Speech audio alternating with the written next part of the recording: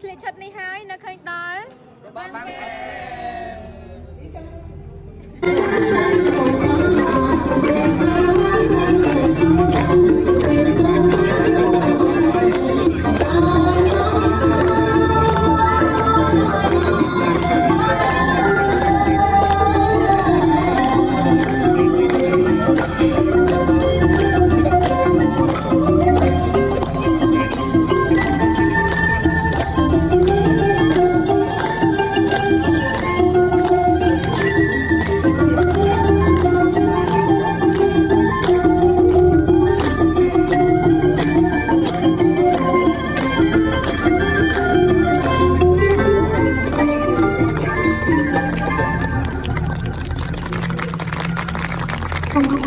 សូមអរគុណចំពោះក្រុមកម្លាំងសិក្សា